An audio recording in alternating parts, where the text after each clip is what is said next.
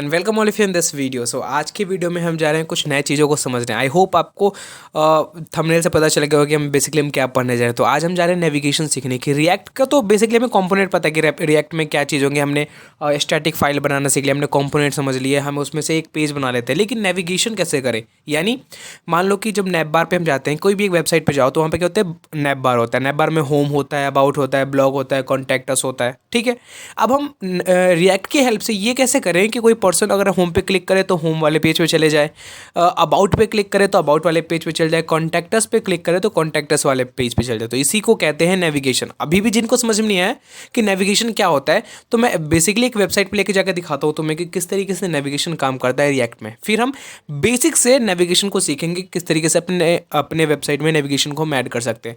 Make sure करना कि थोड़ा सा ही टाइम लगेगा, बट ये टाइम खराब नहीं होने वाला। अगर तुम्हें नहीं आता है नेविगेशन रिएक्ट में कि किस तरीके से हम नेविगेट कर सकते हैं एक पेज से दूसरे पेज में, ये video at the end last video हो सकता है तुम्हारे लिए, जिसके बाद तुम्हें और दोबारा वीडियो देखने की जरूरत नहीं पड़ेगी। तो थोड़ा सा टाइम दो, बट ये वीडियो ख़राब नहीं होगा, तुम्हारा टाइम वेस्ट नहीं करेगा। सो मेक श्योर करना कि अगर वीडियो समझ में आता है तो वीडियो को लाइक करना, चैनल पे नए हो तो सब्सक्राइब करना, और एक रिक्वेस्ट है, जाना एक बार प्लेलिस्ट पे और जाकर देखना कि क्या तुम्हारे लिए बेनिफिशियल प्लेलिस्ट यहाँ पे बने हुए हैं। अगर है तो उनको देखो और स्टार्ट करो अपने वेब डेवलपमेंट की जर्नी को। ठीक है, सो मैं तुम्हें कह रहा था कि मैं तुम्हें एक वेबसाइट पे ले जाऊंगा जहाँ पर मैं तुम्हें नेविगेशन समझाऊंगा कि नेविगेशन क्या होता है, फिर उसको मैं एक्चुअली करके दिखाऊंगा। तो चलते हैं हम डायरेक्टली जो रिएक्ट डेव है ना, रिएक्ट का जो ऑफिशियल वेबसाइट है उस पर चलते हैं।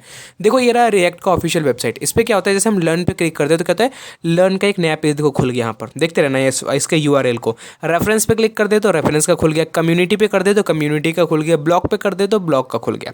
इस तरीके से अगर अपने वेबसाइट में हमें करना है वो हम कैसे कर सकते हैं, जस्ट वही चीज़ आज हम सीखने जा रहे हैं। सो क्या करते हैं, मैंने कुछ चीज़ पहले से ही कर रखा है, क्योंकि अगर सभी चीज़ स्टार्टिंग से करेंगे तो बहुत ही ज़्यादा टाइम ले लेगा। सो मैं मानता हूँ कि तुम्हें रिएक्ट पता है, थोड़ा सा फंडामेंटल तुम्हें पता है, उसका कंपोनेंट बनाना आता है तुम्हें। एक अगर मैं बोलूँ कि नैप बार बना दो तो तुम नैप बार बना सकते हो। तो इतना चीज़ मैं समझता हूँ। मैं ये समझता हूँ कि तुम टेलविंड उसमें डाल सकते हो, यानी टेलविंड को इंटीग्रेट कर सकते हो। अगर नहीं आता है टेलविंड कैसे इंटीग्रेट करते हैं, सो यहाँ पर तुम्हें उसके लिए वीडियो मिल जाएगा चैनल पर। सो उसको भी तुम देख सकते हो। बस क्या करना, ये जो हमारा ये जो लिंक है ना, इस पे जाना, यहाँ पे प्लेलिस्ट पे जाना या फिर वीडियोस में जाना, तुम्हें मिल जाएगा। देखो ये प्लेलिस्ट पे जाओगे तो रिएक्ट डेव होगा ना, यहाँ पर देखो डेव एक्स्ट्रा। इसमें तुम्हें ये पता चल जाएगा कि किस तरीके से तुम ऐड कर सकते हो रिएक्ट और टेलविंड को। सो ये चीज़ अगर तुम्हें आता है तो वेल एंड गुड। अब चलते हैं आगे की चीज़ों पे। ठीक है, सो ये रहा मेरा फाइल। इस फाइल को हम क्या करते हैं, विजुअल स्टूडियो में ओपन कर लेते हैं, क्योंकि एट द एंड हमें कोड जो लिखना है विजुअल स्टूडियो में लिखना है। सो इसको हमने क्या किया, विजुअल स्टूडियो में ओपन कर लिया है। यहाँ पर हमने नाम दे रखा है यूट्यूब प्रैक्टिस। तुम कोई भी नाम दे सकते हो, इट्स अप टू यू। तुम्हें बताना आता होगा कि किस तरीके से हम रिएक्ट के बना सकते हैं। बेसिकली ये वीट से मैंने रिएक्ट फाइल को बनाया है। ठीक है, इतना चीज़ मैं समझता हूँ कि तुम्हें आता है। चलो अब क्या है, SRC को देखते हैं, क्योंकि बाकी की चीज़ तो नॉर्मल है, उसको मैं कोई जरूरत नहीं है। हमें नोड मॉड्यूल से कुछ काम नहीं है, हमें पब्लिक से कुछ काम नहीं है। इसको मैं डिलीट भी कर दूँ तो कोई ज़रूरत नहीं है। हाँ, नोड मॉड्यूल रखना पड़ेगा, बट इसको हमें देखना नहीं है। ठीक है, नीचे की सभी चीज़ को भूल जाओ। ये जो टेलविंड है बस याद रखना कि इसमें मैंने टेलविंड का यूज़ किया, जिससे कि हम नैप बार बनाए जल्दी से। मैं प्योर CSS नहीं लिखने जा रहा हूँ यहाँ पे।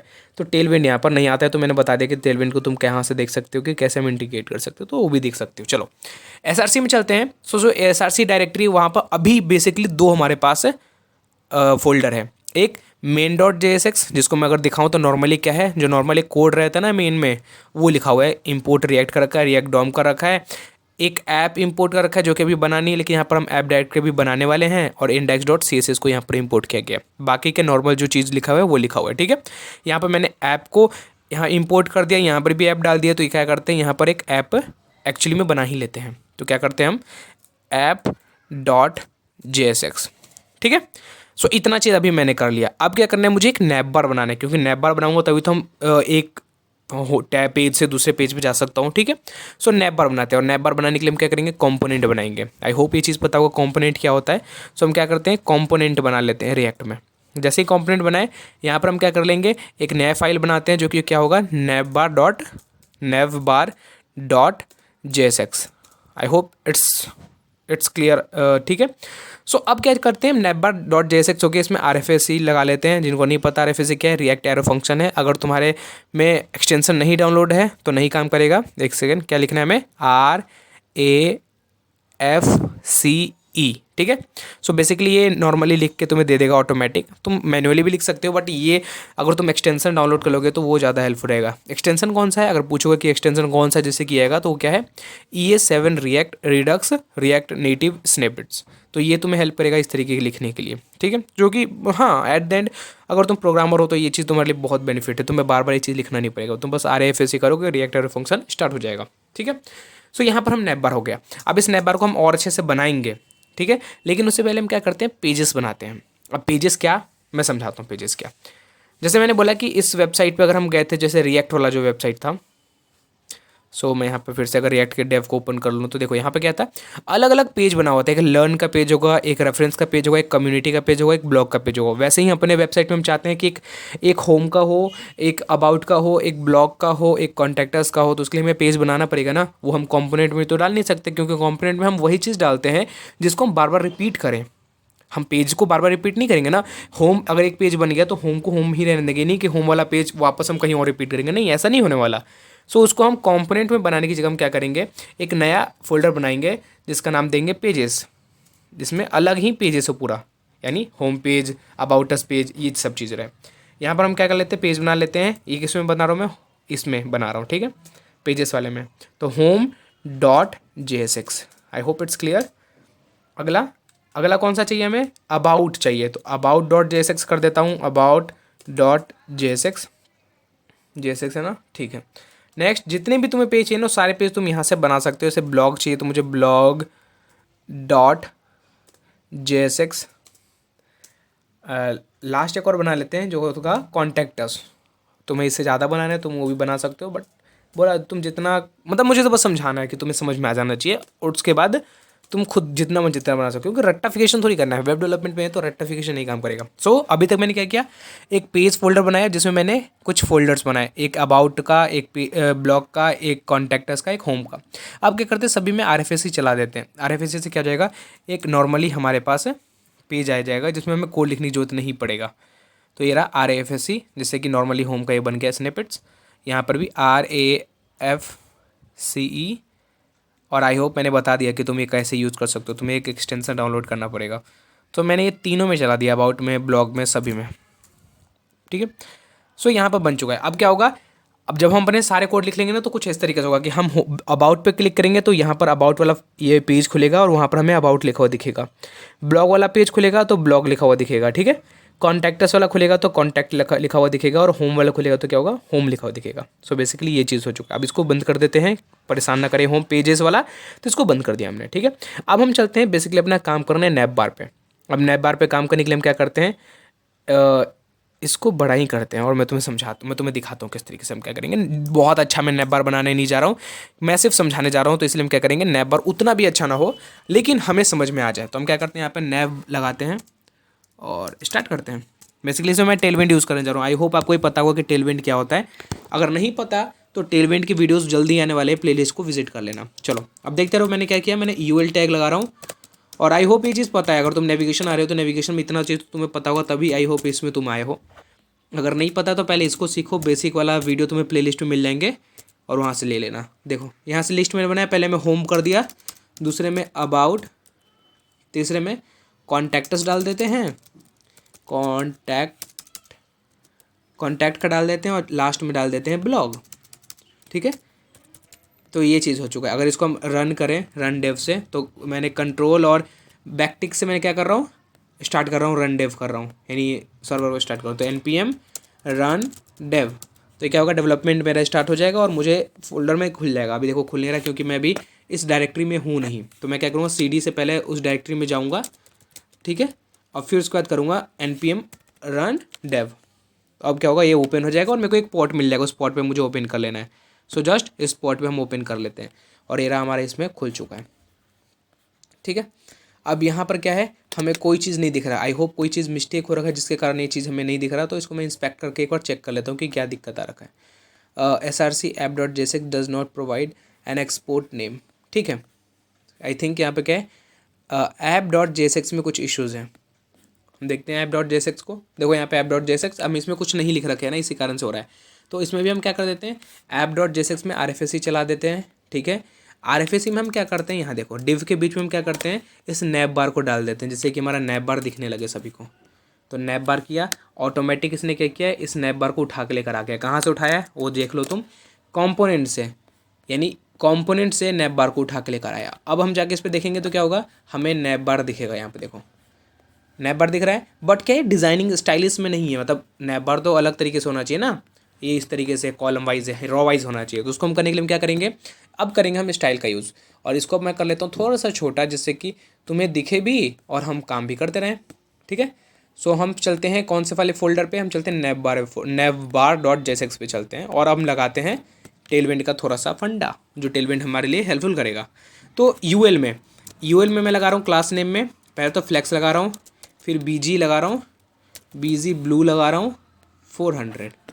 अगर यहाँ पे देखो तो देखो अपडेट भी हो रहा है, साथ में गैप दे रहा हूँ मैं इसको 6 का, जस्टिफाई मैं कर दे रहा हूँ, जस्टिफाई एंड कर दे रहा हूँ। ठीक है, ये एक चीज़ कर दिया।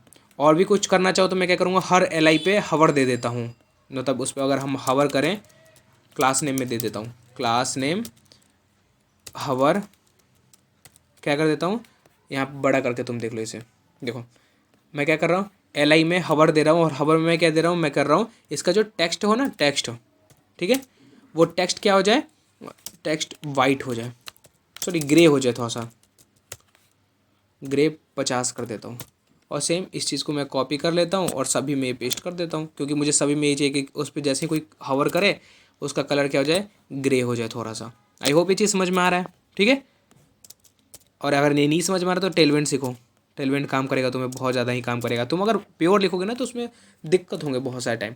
अब देखो इससे क्या होगा कि अगर मैं इस पर जाऊँगा तो देखो इसका कलर थोड़ा सा चेंज हो रहा है, दिख रहा है तुम्हें, ये होता है हवर वाला काम करता है। साथ में मैं क्या कर देता हूँ, अगर मैं और चाहूँ थोड़ा सा तो मैं क्या कर देता हूँ, इसमें कर्सर पॉइंटर कर देता हूँ, कर्सर पॉइंटर सेम, बाकी भी कर देता हूँ कर्सर पॉइंटर सेम, यहाँ पर भी कर्सर पॉइंटर। ठीक है, कर्सर पॉइंटर। अब इससे क्या होगा कि इस पर मैं कर्सर लेके जाऊँगा तो देखो इस तरीके से दिखेगा, दिख रहा है, तो ये अच्छा लग रहा है। अगर तुम और भी कुछ चाहते हो तो एक लास्ट चीज़ कर लेने दो, वो क्या करता हूँ, टेक्स्ट को थोड़ा सा बढ़ा देता हूँ, फॉन्ट को थोड़ा सा, उसका साइज़ थोड़ा सा बड़ा कर, सॉरी फॉन्ट नहीं होता उसको कहते हैं टेक्स्ट। नहीं पता है तुम्हें अगर टेलविंड ना, तो मैं जल्दी से उसका वीडियो लाने वाला हूँ, आई होप वो चीज़ तुम्हें समझा देगा अच्छे से। और टेक्स्ट कर देता हूँ, चलो ये रहने दो और चलते हैं यहाँ पे। तुम देखोगे कि देखो हवर करने पे क्या होगा, ये हो रहा है।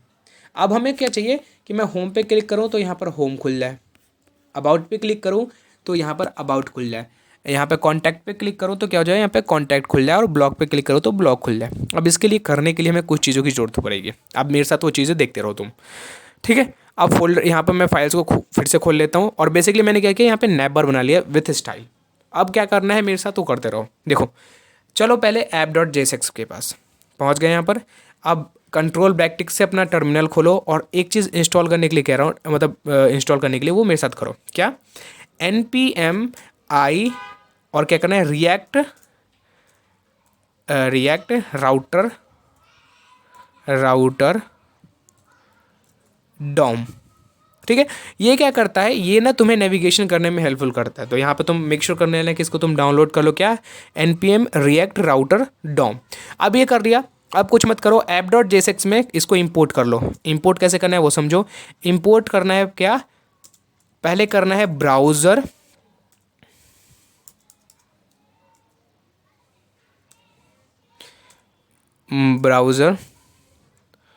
राउटर, एक सेकेंड, आई होप यहाँ पे कोई इशू है। इंपोर्ट, अच्छा इंपोर्ट, इसकी जगह ना अभी यहाँ पे पेजेस बन चुका है ना, चलो हाँ बन चुका है। app.jsx में हम ब्राउज़र राउटर को पहले इंपोर्ट कर लेते हैं। तो क्या करते हैं, browser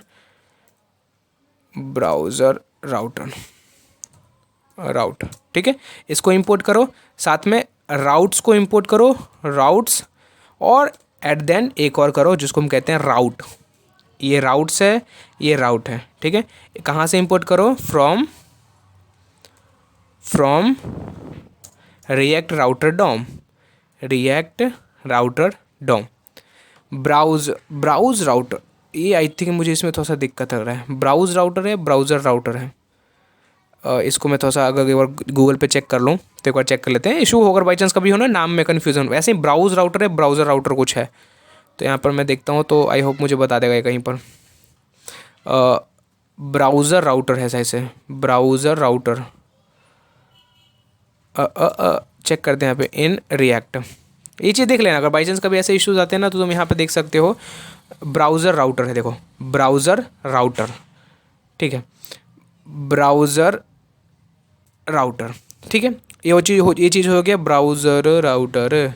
all import is import declaration unused, ठीक है। अब हम क्या करते हैं, all import declaration is unused import browser router, ठीक है। अब देखो क्या करना है, कुछ मत करना, ये चीज़ कर लेना है। अब क्या करना है हमें, इस डिव के अंदर जाओ, ठीक है। अब यहाँ पर तुम इस डिव को हटा भी दो तो कोई पंगे लेने वाली बात है नहीं, क्योंकि हमें डिव की ज़रूरत नहीं है। और यहाँ पर क्या करो, सबसे पहले डालो ब्राउज़र राउटर को, ठीक है। ये हो गया, ब्राउज़र राउटर आ गया। इसका ओपनिंग टैग और क्लोजिंग टैग कर लो। अब इसी के बीच में सभी चीज़ को रखना है, जिन जिन को चीज़ को तुम इंपोर्ट करोगे ना ऐप में, सभी को क्या करना है, इसी ब्राउज़र राउटर के बीच में रखना है। तो नैप बार को पहले रख लिया। अब हमें क्या करना है, दूसरा इंपोर्ट करना है, क्या है वो, राउट्स। तो राउट्स को भी इंपोर्ट कर लो। तो ये हो गया राउट्स हमारा, इसको भी इंपोर्ट कर लिया। अब इसके बीच में हम करेंगे राउट को। देखो ब्राउज़र राउटर सबसे पहले, उसके बाद राउट, उसके बाद हम राउट से हम क्या करेंगे, सभी का वो पाथ डिक्लेरेशन करेंगे। सो पहले हम कर रहे हैं किसको, समझ लो, होम पाथ, यानी होम के पाथ को कर रहे हैं। इसको मैं कमेंट आउट कर दूंगा अभी, तो इसको मैं कंट्रोल से ऐसे इसको कमेंट कर दिया, यानी होम को कर रहा हूँ। तो अब क्या करेंगे, पहले राउट लिखो, राउट। अब राउट का पाथ क्या होना चाहिए वो लिखने के लिए हम क्या करेंगे, पाथ लिखो, पाथ में स्लैश डाल दो, क्योंकि इस पर हमें होम का पेज खुलना चाहिए। उसके बाद एलिमेंट, और एलिमेंट में हमें क्या कर लेना है, एलिमेंट में हमें कर लेना है करली ब्रेसेस। और यहाँ पर तुम्हें अब इस पाथ पे जाए तो क्या दिखना चाहिए, होम पेज दिखना चाहिए ना, ये पेजेस वाला होम पेज दिखना चाहिए।